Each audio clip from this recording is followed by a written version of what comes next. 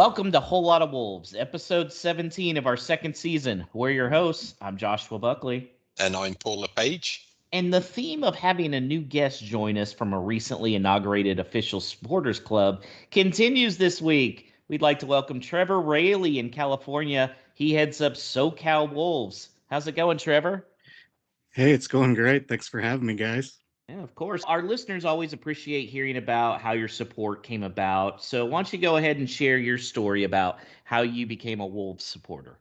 I moved to Southern California about 4 years ago. And when I moved out here, it was just around the same time that a club called LAFC was starting up out here for the MLS. And I really wanted to learn more about soccer in general. So I decided that if I was going to learn about LAFC, I should probably double up and learn about a really good team. So I asked a few buddies of mine if they had any recommendations, and they're kind of big six supporters. And they're like, hey, if you really want to learn, you got to watch this team from the Midlands.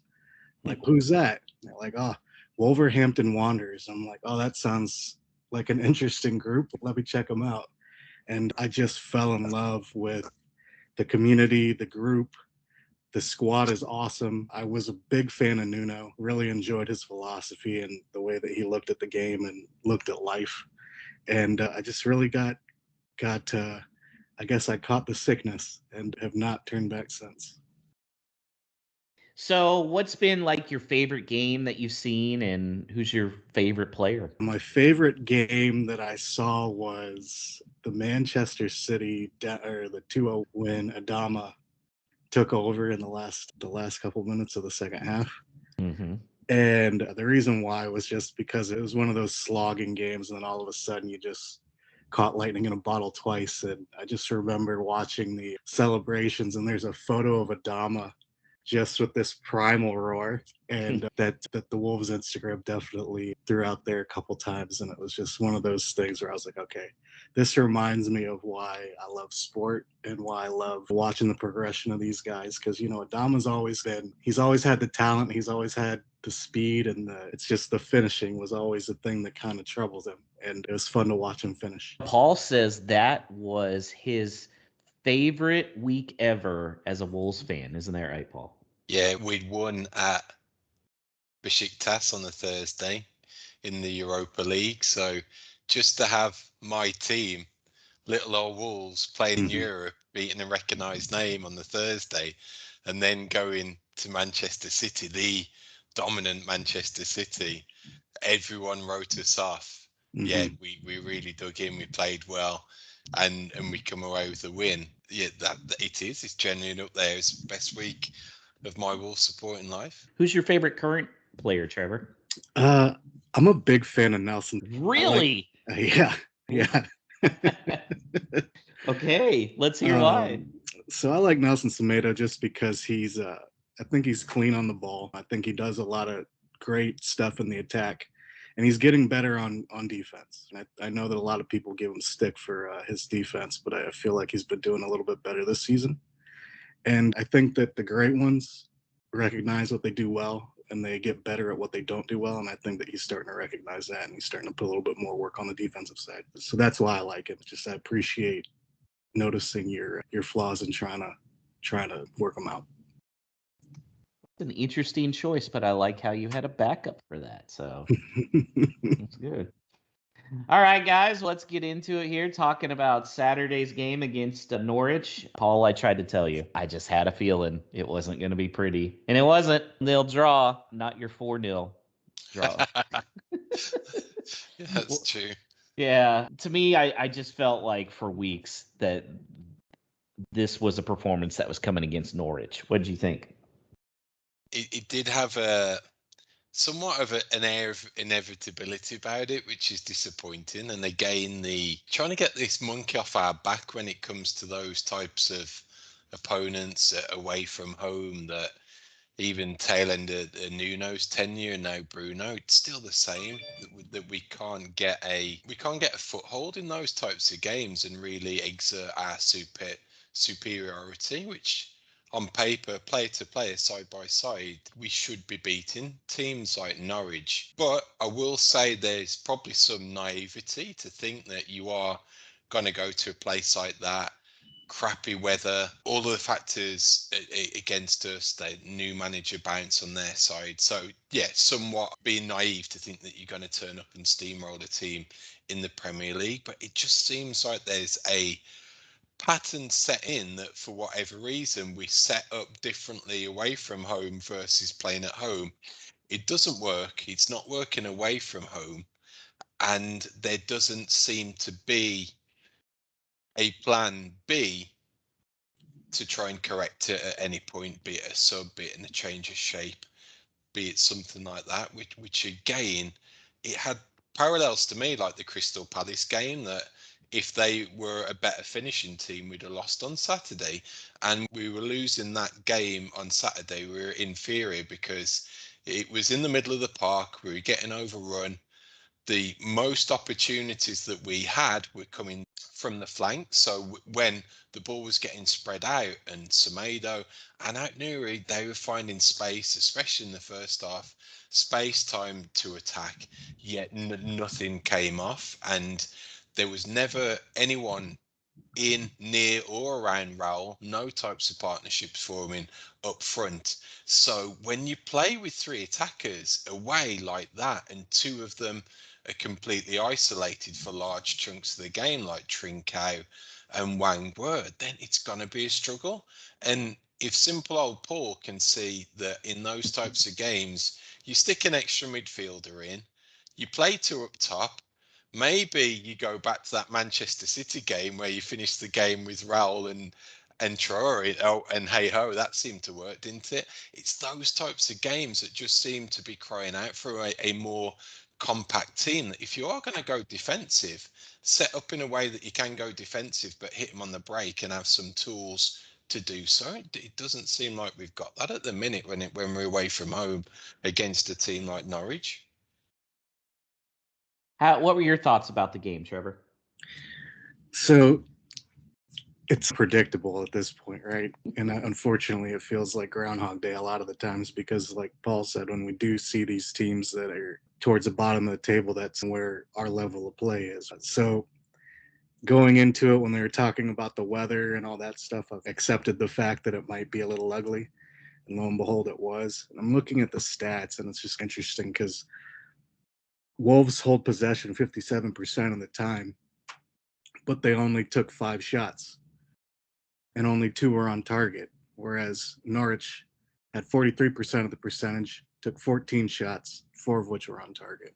And that kind of is how our away games seem to go sometimes, where we pass and pass, try to look for an opening, and it's just that front three with the isolation may not always be fruitful in the attack. So you're seeing that happen more often. I will say, I feel like the conditions, and both teams had to play in it, but man, that looked just brutal as far as not only the rain and everything, so the ball's going to be slicker, but the wind seemed to really be affecting the passing game. And Wolves, especially those outside guys, really like to try and cross it into the box. And that was really taken away from them because of the wind, right, Paul? I think just in general, if you're making it down to the elements, you try and factor those into it and maybe do something a little different. But again, it just seemed like time and time again that it did come down to a final ball being not good enough. And if it was the Semedo or Outnur in particular, when he seemed to get into the better of the positions, that I think it's a definite part of his game that he needs to tweak upwards is to get a killer final ball or killer final pass. We think we've got it. It's in its locker if he's got that good delivery from corners that we've seen. So hopefully that comes over time. But if you are getting into those positions, if they are few and far between because it's a struggle of a game, then we've got to do more of it. And I'm not just putting it down to those guys. I think across the team, it was just we were a yard behind. Like when that opportunity came in, and I think it was Raul went to the back post, knocked it down. It was just crying out for someone being in or around the box. And I was just waiting for Wang to be there and tap it in. Yet he was on the far side. Where was that understanding? And where was that guy that's taken a gamble and really exerting themselves into those positions and doing some damage. I think that was missing on Saturday vastly from what I could tell. Trevor, what's the worst game that you've been to, like weather-wise, in person?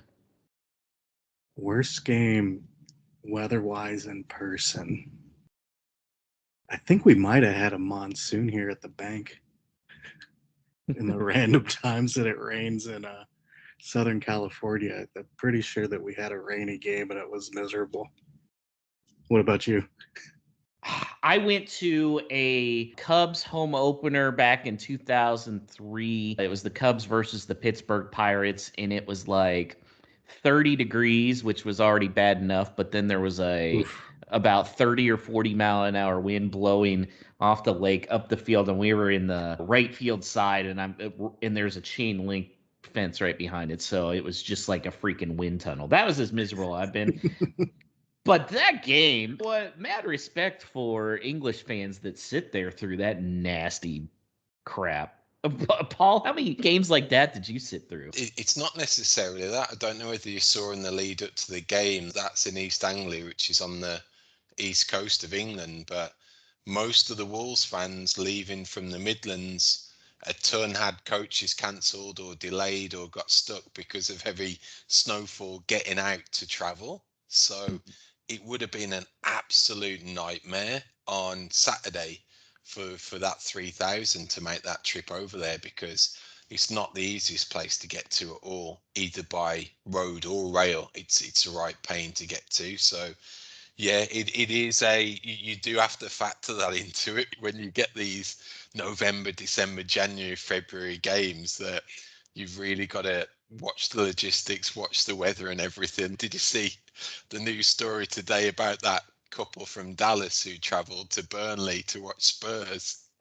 And they went straight there. It was a straight trip. They said 31 hours direct, heavy snowfall, and it was cancelled. So you laugh, but that this happened. So I know oftentimes we're asked, when shall I go? What shall I see? And yeah, while it's great when everything goes to plan in the winter and it's crisp and sunshine and it's cold, you are running the risk of something, a disaster like that potentially happening. I do love with the Tottenham Burnley game how all the Spurs fans were talking. And don't get me wrong, not great weather to drive through, but they're like, oh, it was such a long 4 hours to get there, blah, blah, blah. And it's, man, I've driven farther than that for a high school football game. I don't think Englanders always realize how lucky they have it with the proximity stuff. Let's look at a few positives. Probably again, you're looking at, if there was a man of the match, it would be Neves, Kilman, or Jose Sa, who's really been coming on. And Paul, who was yours? Yeah, I'm going Sa based on those saves that, again, parallels to Crystal Palace. If he doesn't make those, we're losing that game. So he kept us in it, certainly second half with busy the two keepers for sure. But I thought he was good, and I actually thought that even though he was feeding off scraps, the work that Raul put in was phenomenal as a lone man. So I think he comes out with a lot of credit. I think Neves was playing well, somewhat got neutered with his booking, and that, again, when you've got that tough battle in the midfield, if you have a midfielder that has that hanging over his head, then that can disrupt you somewhat as well. So I think that made an impact also, but there wasn't too many positives, but those saw for me, and Raul stood out. Who was your man of the match, Trevor? As much as I want to say Nelson Semedo, it was his worst game of the season, and I'm gonna have to go with Jose Sa. Just absolute, I mean, he's been a great replacement for Rui, hasn't he? And I really thought Kilman did well too. I think he does well every game. He's a solid player too, and really when he's on that side with Semedo, it's always he gets his fair share of cleanup duty, and obviously, as we talked about before. But I think Kilman puts in a good performance as well. Trevor, if you're Jeff Shee and a team comes up to you in January and offers 30 million pounds for Max Kilman, are you pulling the trigger? Doesn't he get a futsal premium? I say no at this point. I right? say no. Yeah, I still think he's our player of the year so far, him or Neves. But Jose Sa, Paul, I know Rui accomplished some really great things here, but do you think Sa is proving that he could be better than Rui was in a Wolves jersey? I think so. For me, he's got age on his side as well. Mm-hmm. So goalkeeper, we saw pretty much Rui in his prime, certainly those first two seasons. Sar's younger, obviously, so he's still growing goalkeeper wise. Are we gonna see we're going to see him mess up occasionally from time to time, possibly. He's got that rash element to it, or he does well commanding his box, but it only takes that one, that spill or something like that. But for me, and I think you saw it on Saturday, that what he offers over Rui is quickness, and it was only over a short space, but he very quickly got out to block a couple of those shots. Definitely like the Pookie one in the second half. Within a couple of yards, he was on it and he was down and he was able to stop it. Rui didn't have that burst of acceleration as a goalkeeper, so I think that factors into it. And just comfort on the ball, being able to play out from the back. Lars just talked about how important that is going forwards. I think we've got a very accomplished keeper that allows us to do that. I still shit myself every time because I'm so not used to a Wolves team or goalkeeper stop messing around with it in his 6-yard box. Just clear it upfield. It's very much trying to get used to it from this aged legacy fan that's got his heart in his mouth, trying to get over this new way of playing out that we've got. Do you follow the account What Goes Wrong When Playing Out of the Back on Twitter? No. Oh, it's incredible. It's incredible. And of course the Raul goal against Everton was in there, but you should check it out. I mean, it's great. It basically anytime there's some kind of screw up from playing out of the back, they'll post the video of it and they'll be like, "Yep, here we go." It's enough to give you anxiety when especially when the ball's at the keeper's feet and here comes the press and you're like, Yeah, definitely. Paul, we bash the referees on here a lot. I will say that was one of the better officiated games that I had seen on Saturday, mostly because early on he was letting him play, but then the referee kind of saw things were getting a little too physical and started showing the cards to keep things in check. What were your feelings like? It feels like that was actually solid officiating from what we've gotten. Yeah, I think so. I think he factored the conditions into it. When it was a bad challenge, it was recognised with a booking, which I think was fair, and that was for both sides. I think he maybe missed one that came in from behind, maybe on Wang, but that's me nitpicking. As a body of refereeing work, it was pretty solid. I've got no complaints. Yeah, I wish we could get that more often. Trincao was kind of MIA again, really was getting bullied off the ball. Trevor, what are your overall thoughts on Francisco Trincao? I like him. I think that he's got some room to grow. I think he could put on some bulk. He should go to the Fabio Silva home gym. I think that he's getting used to. You can tell that he's got the sauce, right? You can tell that he's got the flair, and it's just trying to figure out the other parts of his game that he needs to round off a little bit. Strength being one of them, and being able to hold his own along that wing. Paul, do you think he was the original starter heading into that game, or do you think he got thrust into there once Podence came down with COVID? Yeah, I'd guess that Podence news was very last minute, and he was quickly scratched and Trincao thrown in, and it appeared at one point like that was exactly the case, that he didn't realise where he was or what he should be doing, because again, either Podence or our friend Adama, that wasn't a game for Trinko to be starting.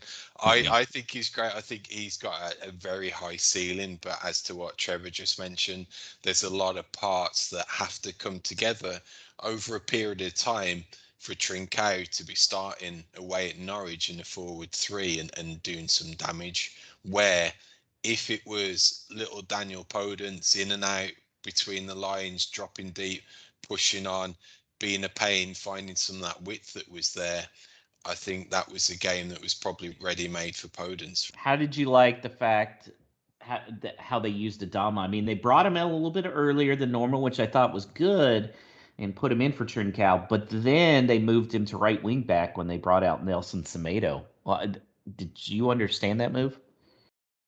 I thought they were actually Norwich were getting more play down that left-hand side. So with Semedo being on a booking, it made sense in that I could see that he didn't want to go ultra conservative and bring Hoover on as a like for like, and then hopefully you're locking down our right hand side, because even just by putting Troy there, it worries the opposition so that they've got to second guess what we're doing because he's on the pitch.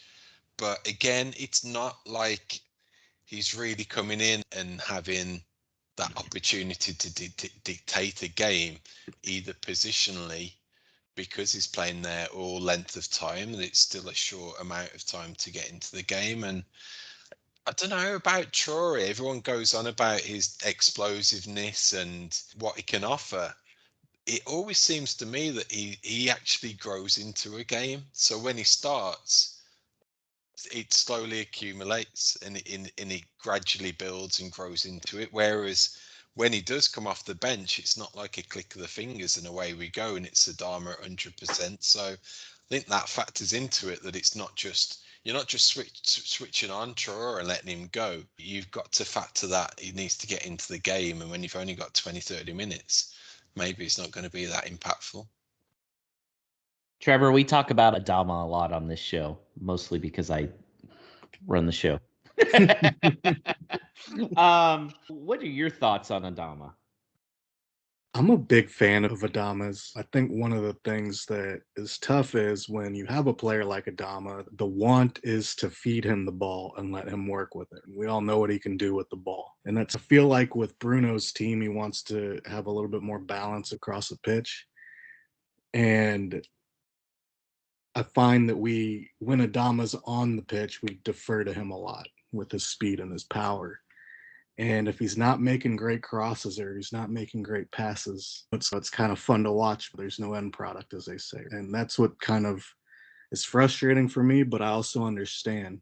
But stud of a player, I just wish that it was a little bit more balanced when we have him in. Does that make sense? Mm-hmm. Yeah, Paul's been saying now, really since the summer, he thought Adama would end up being involved in the Trincao switch with Barcelona. I think I'm finally on board with you here, Paul. That's ultimately what's going to happen. And I think it may happen as soon as January because of the fact that Barcelona is talking about pulling Trincao back. If Wolves say, don't do that, here's Adama, but you got to give us some extra cash. Do you see that happening? I think it certainly wouldn't surprise me, and it certainly wouldn't surprise me that it's already been baked into Trincao's deal, that maybe we didn't have something come off in the summer in terms of adding another body if Adama was to depart. So this is some type of potentially delayed part of that deal, that it's actually turns into some kind of swap deal between the two. So yeah, just because they wanted to keep him on board until Neto came back?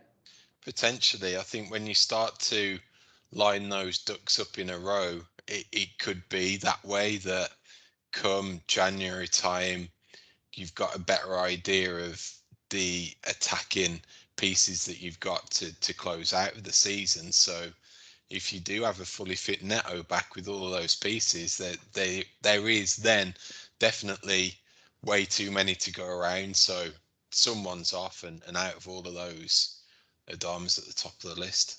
Yeah, I think you're right, unfortunately. I know Aït-Nouri didn't have his best game, but it seemed at times him and Max Aarons were having pretty good battle. Did you enjoy that one, Paul? I like Aarons as a player. He's done well in the Prem with them before, stayed with them, dropped down, came back up again. often been mentioned with some of the bigger teams coming in for him, or maybe going to top European teams. So yeah, good to see two younger players. And then Aaron's popping up in and around the box, and he could have scored. And ideally, that's what you want your attacking right back to be doing, isn't it, Trevor Semedo? No, I'm messing. Yeah, but that it's those little things, isn't it? It's the fine margins, but yeah. There's no way if Norwich goes down, Max Aaron he's gone this summer, and he's going to go to a big club. I think, like, he's a stud. I think if he wasn't playing for Norwich, he'd be getting a lot more consideration on the England side. So that's the unfortunate Norwich review. But we still got a point, and with Tottenham's game being postponed, Wolves are still sitting in 6th. Paul, I was on the Premier League fan zone last week, and they flat out put me on the spot and said, oh, Wolves are right now in a spot for Europe. Are they going to qualify for Europe? Trevor, how do you think I answered that? Because Paul already knows. How do you think I answered that? I hope you answered it yes. I did not. Oh, you didn't? Oh, you no, didn't. I'm sure you had a good reason. I did. So my reasoning was that the depth just isn't there. I said, if Ruben Neves gets hurt or Raul gets hurt again, like they're in trouble. And I said I did give myself an out, and I said if they got Renato Sanchez, I had the ability to change my mind. Dreaming is for free. Yeah. But Paul, do you think that was pretty fair of me? Again, we talked one week that we put a performance together that's European worthy, and then surprise, surprise, the next week we put a performance together that's got us scraping around the barrel at the bottom of the Prem. So I think it's what we've got to get used to this season, that we're going to have some highs, we're going to have some lows. Fortunately, unfortunately, Saturday was one of those lows, but we didn't lose. So Yeah. Factor that in. It's another point. We're still where we are. We can't do much about the others around us as well. So let's keep doing what we're doing. I think we're going to win more than we'll lose. And at the end of it, who knows if we do keep fitness. If he's backed in January, it's a heck of a window to really invest and get your players lined up that can make a significant impact in a January transfer window. If we're there or thereabouts at the end of this December, then who knows come May time. One other thing I wanted to bring up before we get into this week's game. So did you see that Italy and Portugal were pulled in the same World Cup draw group? Yeah, I liked it that everyone wrote off their first opponents as well. And I can't remember which way around it was, but it's like Northern Turkey, Macedonia. Yeah. But yeah, I think it was Portugal and Turkey. Yeah. And Portugal, at the moment, they're not the greatest in that international team. I know there's severe question marks around the coach as well. So it did make me chuckle that they was always saying, oh, one of them's not going through. And I was thinking, hold your horses. One of them might not even go to the final knockout game. But yeah. There's a distinct part of me that's thinking if Portugal don't make it and Neves has the summer off, it's not going to do us much harm. And what happens to Moutinho? Does he get another year's contract and maybe a coaching role under Bruno? So he gets the summer off as well. And it's not even the summer off. Remember, it's going to be next December. Yes, that's right. Yeah. And that was going to be my question. Is it okay for us to root against Portugal? Yeah. Because of the fact that I don't think, obviously it's fun to see our Wolves players in the World Cup, and seeing Ronaldo in there one last time would be cool as well. But when you think about it, especially where it is in the season, there's going to be a lot of guys coming back that are pretty winded. And Wolves, if Portugal's not in the World Cup, they could be pretty rested and have spent a good amount of time on tactics. Is it okay for us to root against them? Of course it is. Club before country anyway, so screw it. So I had one Portuguese listener out there, which we determined was Neto. Portugal, never heard of her. Here's my question then for you, Paul. If they were all English and it was the same way, if they were in the same spot as Portugal, would you still feel that way? Yeah, I probably would actually. Yeah, generally. Especially if Gareth Southgate was still coach. I'm still down on him. Sorry, regular contributor John Batista, but I think we're going to be rooting for Team Turkey. Yeah, Turkey and then Italy there in the draw. Wouldn't be the worst thing for Wolves. Okay, so looking here, we got a double header this week, and it's the start of a very busy and a very tough December. Wednesday, Wolves are going to get ready for their biannual 1-1 Burnley draw, followed by Liverpool coming into town on Saturday. So let's start at Burnley. It's always 1-1 with some stupid penalty at the end, Paul. Either that or we get our pants pulled down and pumped 4 like last season. So let's hope that doesn't happen again. And there's always some player like he's got a face like a smack backside Chris Wood or Ashley Barnes who score against us. So it is like Groundhog Day playing Burnley. You know what you're going to expect, and horrible teams set up in that exact same way. And just wouldn't it be nice just to absolutely knock 3-4 past them, free flowing football? I can't see it happening. I'm totally fantasizing, but I'm just sick of these opponents and the predictability of it all.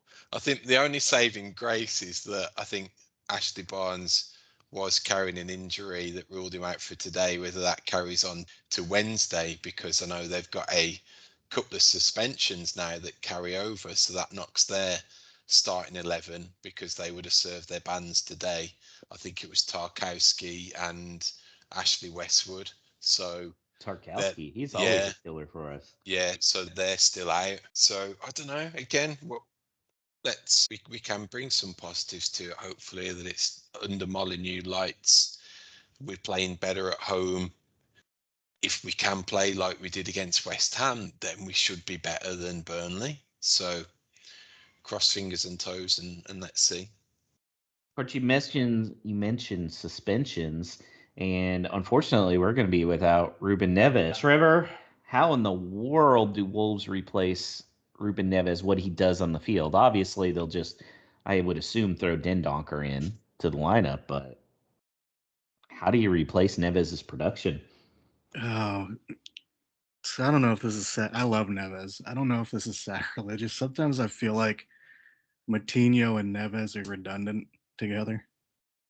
So it'll be interesting to see what it would look like to have Dendoncker in there with Matinho, and then my preferred lineup would be Dendoncker and Neves. But with him being out, I think you'll get an idea of what it would look like to have more of a defensive guy in that midfield in that position. Paul, how worried are you without your boy? Yeah, it's going to be a struggle. And just it seems to me, good creativity-wise as well, that we're going to miss those long sweeping passes or someone that can actually pick out a player. And even though I love Moutinho to bits, he doesn't offer the same as what Neves does in a more advanced role, especially in terms of those qualities. Then Donkey can throw in there and just say, run around Leander and try and be defensive and tackle. That's fair enough. But I'm with Trevor that I'd rather have him doing that with Neves alongside him than him doing that with Moutinho. So is it going to prompt a change in shape, perhaps? I don't know. Is there anyone that can... I don't know. There's anyone who can generally come in and either play in midfield if he's talking about Luke Cundle as a player who can make the step up. I don't know. But again, it seems weird. The player that probably you wouldn't think of me mentioning, who could have done a job both on Saturday and certainly on Wednesday night with a suspension in the middle of the park, is Morgan Gibbs-White. Or that profile of player that can play a little bit more advanced if you are more compact and you can be within a three and give him more license. So if there's someone like that, or he can play a 10 and try and put an extra body in there, I don't know how they're gonna line up on Wednesday night. Really, I do think Wolves have a clause that they could get him back in January, but I think Sheffield will probably, I don't know, because I think they're near dropping down, but I could see them trying to pay Wolves to go ahead and make that a permanent signing with Gibbs. But it's true. Do you think we see a Bruno signing? And I don't mean Lodge, Jordal. Yeah, it's asking a lot for him to come straight back in, not even be on the bench and not have any minutes in the 23s. I think that's a big ask. And I think the nature of his injury and how long term it has been, he's going to need kid gloves gently coming back to even get on the bench, I think. What shape would you run, Trevor, against Burnley, knowing Neves is out? If they're going to park the bus, I'd do it too. Just to make it as exciting for everyone as possible. I hate you. This is destined to be another 0-0 draw, isn't it? Yeah, it's not going to be pretty. So I would save the energy for the big one. Do you think Hwang needs a break? He hasn't been as good the last couple games, and he has put on a lot of miles during the international break as well. Do you think this is a good time to get him a little bit of a break before Liverpool? I think that wouldn't be a bad idea. I think it's weird because with the whole Podence being out with COVID, not knowing when he comes back, it makes it a little awkward with when you would want to sub these guys out or give them a day off or whatnot. So I think that might play into it a little bit, but against Burnley, I don't think it'd be a bad idea. Be nice to see him go up against Van Dijk and against Liverpool. Yeah. Full strength. Paul, if Lodge tries to say that Adama doesn't start Burnley and Liverpool because of tactics, are you surprised he can say it with a straight face? Yeah, you certainly wouldn't want to play poker against him if you do. But then again, won't it be typical that he might start against Liverpool and tear him to shreds? So that's what I'm thinking. I almost feel like the way Adama plays sometimes is kind of like with the team itself, where plays down to the competition, and then when you go up against a big opponent, he's unbelievable. And it is December, the transfer window's around the corner, so who knows? But I'd say if he doesn't get any action when there's 2 games in a week and everything, 100% it's contract related. Yeah, 100%. He's got to be starting at least one of them and potentially having a big impact as a sub in the other. And if those don't happen, then you bang on, I think. So other than Dendonker coming in place of Neves, Paul, what do you see any more starting 11 changes? Knowing the fact you have Liverpool on Saturday? To me, and it's very much playing Football Manager, it seems like an opponent that you could potentially tweak the formation for and go for at the back. But I think there's just too many moving pieces in such a short space of time to make that switch and implement it on the training ground before they come into town. So I think we'll still see 3 at the back. We'll probably still see Semedo and Outnur as wing backs. Then Duncan Moutinho in the middle. What I do is a little tweak of the formation still. I would try and bring, if Podence is out, which I'm suspecting he is, I'd like to bring Trevor in for this game, give him a free role behind the front 2, with that front 2 being Jimenez and Fabio. Ooh, Fabio, huh? Yeah, just again, he can run around, he can put him under pressure a little bit.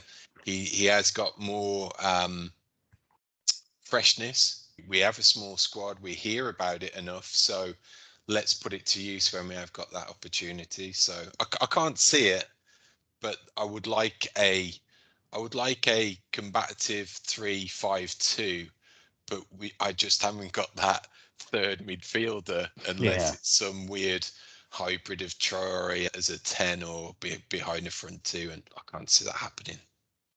Trevor, who do you think Lodge hates more, Fabio Silva or Adama? Probably Adama because it's the contract, right? He's like, why can't you figure this out so I can play you? Yeah. Well, I don't even know with Fabio. He just I tend to think he's gonna get sent off somewhere in January for a half year loan, Paul. Yeah, I don't, it's a tricky one, isn't it? That you can't.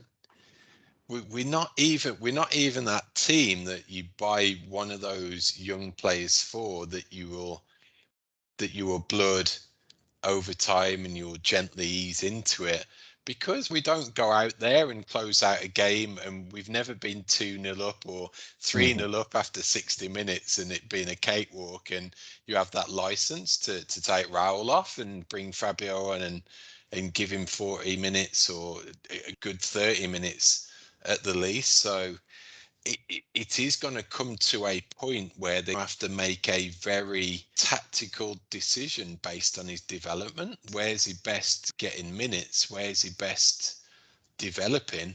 Is it on the training pitch with the Wolves under the tutelage of the coaches, or is it dropping down a league and getting his arse kicked in the Championship on a cold windy night in Stoke? Let's see if he could do it there. So it could be the making of him, but you just think Jeff Shee thinking, I'm gambling 35 million on that. And do I really want to? I want to save face here. I don't know. Maybe admit or think that I might be wrong by having to ship him off on loan. That's 35 million worth of talent. That Yeah. I think that's where again it's no reflection on Fabio whatsoever. He can't do anything about that price tag, but he's always going to have that around his neck unless he proves it otherwise. And if we'd have signed him for, I don't know, 12, 15 million, said that he was one for the future, but he's going to have time to develop and he might have to go out and loan, people would have been probably understandable, excited with that. Now it's 35 million, where you could arguably have had two genuine first 11 players for what he's contributing at the moment, which is not a lot. So that's where the issue lies, I think. I wonder if you could reach out to a team like Lille and see if they do like a loan swap. Like, here, you guys can have Fabio for the rest of the year. You give us Sanchez, and then we can work out stuff later, or even Botman. I don't know. That's probably just wishful thinking, but I'd like to see something about that. So then we have Liverpool on Saturday, and Liverpool has, you talk about, Paul, how we can't seem to get a big lead lately. Boy, Liverpool's been sticking it to some teams lately. I know it's at Molineux, but are you a little concerned about this game? I am. I always will be when Liverpool roll into town. Apart from the Cups, when they arguably change the first 11, it's not their strongest team. We don't do well against them, and I'm crying out for us to do just for once. It seems that out of all the big sides, we've beaten all of them once at least in the past 4 years. So when's our one versus Liverpool coming? But as you mentioned, they seem like a juggernaut at the moment offensively, apart from that trip to West Ham, and we've gone and beat West Ham. So who knows how they're going to be geared up to come to Molineux now, but based off the back of that, playing at Anfield's one thing, coming away to us is another. But yeah, I've got probably about as much confidence as that Norwich result from Saturday. Trevor, how many goals is Jota going to score? Oh, man. He just keeps doing it to us. I think he'll get one. Just because he just, it feels like that's going to happen. That's the way the universe is going to send it to us. But I definitely think that there's going to be more goals from the Reds, unfortunately. Do you think the way Wolves, maybe not so much the end of last year, but those Nuno years before that, how they really seem to step up their game against big teams, do you think they can do that this month? Because otherwise it could be a long month. It feels like the squad depth, and everyone talks about it all the time. It feels like the squad depth is what always holds the team back. I think it's going to be a similar situation here. I'd love to be wrong, though. What do you guys think? I'd love to have one of those magic nights again in December, that it's Manchester City 2-0 down, come back and win 3-2, or it's something I just want to see. I want to see those performances from the first 3 games against one of these top teams, be it Liverpool coming into town, or we've got to go to Man City, we've got to go to Chelsea. I want to see us now. I want to see where that Wolves was from the start of the season, and I think that offers our best chance to do it, because I'm pretty sure that Bruno can't be looking at, especially those away trips, thinking I'm going to park the bus and hope to get a point here, because it doesn't work. Mm-mm. So, and it didn't work last year when we tried to do it, yet when we had the opportunities to do it previously, Man City wise, that's where we could dig in and pull out a performance like that. So yeah, I think if we could get I don't know, one of these wins against one of the big teams in December, ideally at home, put on a show for the fans. If we can pick up one of those and then our expected points where we should be against the others over this run, then I'll be fairly content. I'm going to go out on a limb and say Chelsea's going to be that big upset win. I like it. Call me crazy. I like it. Yeah, I do agree, because I'm going to be curious to see how Wolves play, if it's really more that attacking that we saw at the beginning of the year against those top teams that we were going against. I know the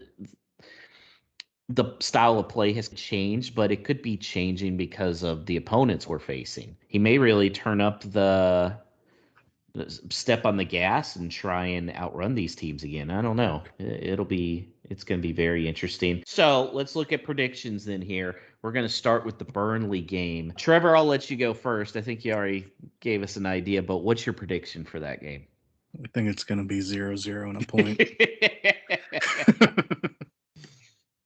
That away.